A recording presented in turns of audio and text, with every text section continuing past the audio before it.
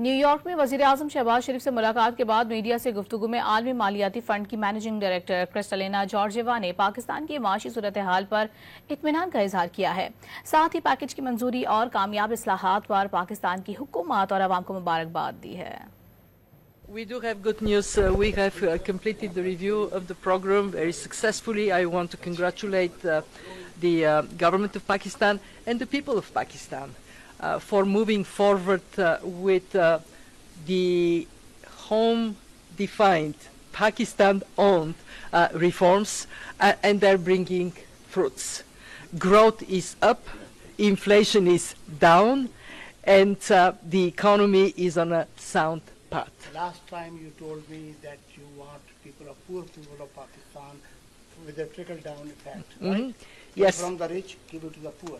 Do you sense that now it's happening? I do sense that this is happening.